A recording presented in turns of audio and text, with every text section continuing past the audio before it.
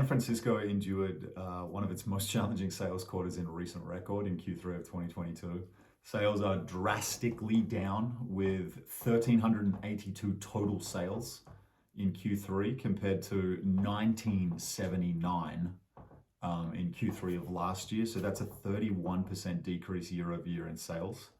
The average sales price in San Francisco of all property types was $1,572,000 in June of this year, and it's now down to 1,360 as of the 1st of October of this year, signaling the correction from a strong seller's market to somewhat more of a regular market.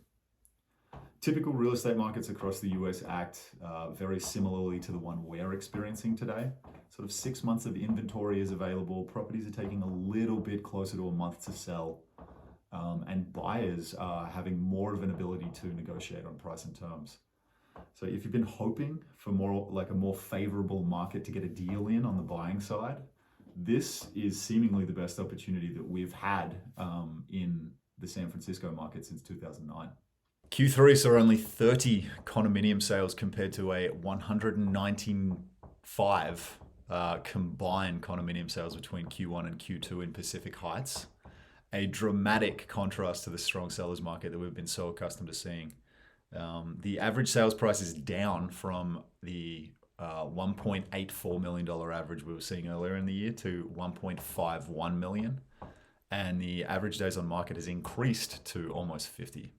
With only 3 sales of median homes in Pacific Heights, it's hard to compare Q3 to other quarters. The median sales price is down from 7.6 million to 4.5 million, but a drop. But I think that drop's more a reflection of buyers in these price points being hesitant to pull the trigger, and then obviously the specific properties, rather than a decline in property value.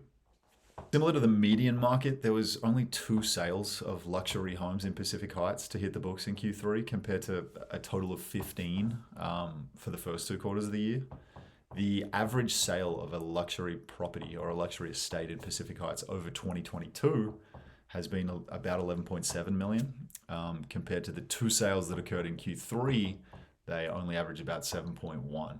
Again, this feels more indicative to the actual the actual properties themselves that did sell, as opposed to a decrease in property value.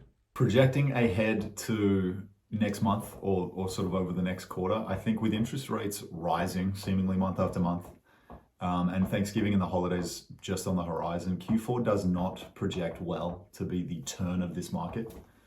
Instead, given the current trends, Q4 should be viewed by buyers as probably one of the most opportunistic times to buy a property in the last decade.